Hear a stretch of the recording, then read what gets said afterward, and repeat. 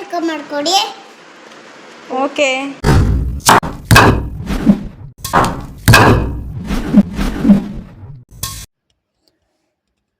ಗರಂ masala, chicken masala, chilli powder, ಅರಶಿನದ ಪುಡಿ,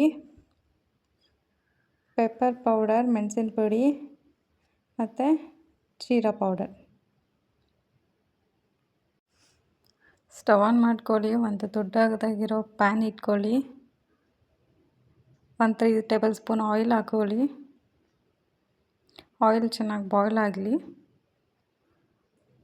onion ಹಾಕೊಳ್ಳಿ, ಚಾಪ್ಡ್ ಆನಿಯನ್ಸ್ ಸ್ವಲ್ಪ ಬ್ರೌನಿಶ್ ಆಗಲಿ. ಗೋಲ್ಡನ್ ಬ್ರೌನ್ ಬರೋ ತನಕ ಫ್ರೈ ಮಾಡಿಕೊಂಡು ನೆಕ್ಸ್ಟ್ ಟೊಮೆಟೊ ಆ್ಯಡ್ ಮಾಡ್ಕೊಳ್ಳಿ.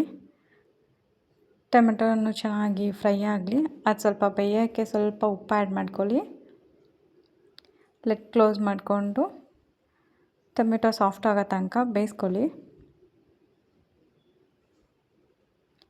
ನೆಕ್ಸ್ಟ್ ಕ್ಯಾಪ್ಸಿಕಮ್ ಆ್ಯಡ್ ಮಾಡಿ. ರೆಡ್ ಕ್ಯಾಪ್ಸಿಕಮ್ ಇದ್ದರೆ ಅದನ್ನೇ ಆ್ಯಡ್ ಮಾಡ್ಕೊಳ್ಳಿ. ಅಕಸ್ಮಾತ್ ರೆಡ್ ಇಲ್ಲ ಅಂದರೆ ಗ್ರೀನ್ ಕ್ಯಾಪ್ಸಿಕಮ್ ಕೂಡ ಆ್ಯಡ್ ಮಾಡ್ಕೋಬೋದು. ಚೆನ್ನಾಗಿ ತಿರುಗಿಸ್ಕೊಳ್ಳಿ.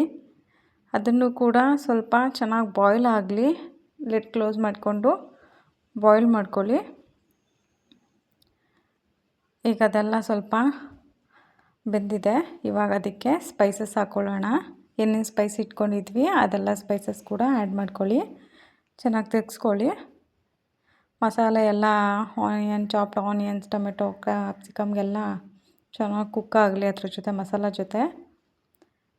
ಈಗ ಚೆನ್ನಾಗಿ ಕುಕ್ ಆಗಿದೆ.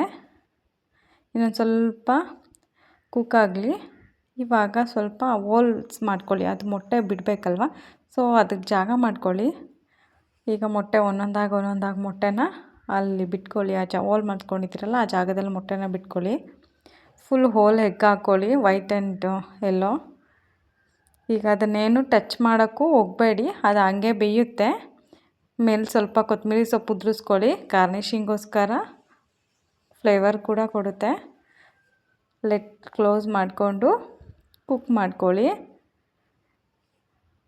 ಈಗ ಲೋ ಫ್ಲೇಮಲ್ಲಿಟ್ಟು ಕುಕ್ ಮಾಡಿ ನೋಡೋಣ. ಇನ್ನೊಂದು ಸ್ವಲ್ಪ ಬೇಯಬೇಕು, ಸೊ ಇನ್ನೊಂದು ಸ್ವಲ್ಪ ಲಿಡ್ ಕ್ಲೋಸ್ ಮಾಡಿಕೊಂಡು ಬೇಯಿಸ್ಕೊಳ್ಳೋಣ.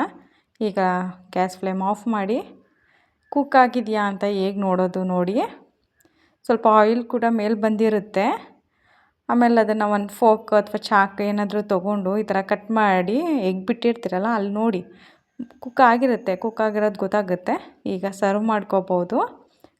ಪೀಸಸ್ಸಾಗಿ ಕಟ್ ಮಾಡ್ಕೊಳ್ಳಿ. ಇದನ್ನು ಚಪಾತಿ, ರೈಸ್ ಜೊತೆ ಎಲ್ಲ ತಿನ್ಬೋದು. ಡಯಟ್ ಮಾಡೋರ್ಗೆ ಒಳ್ಳೆ ಫುಡ್ ಇದು.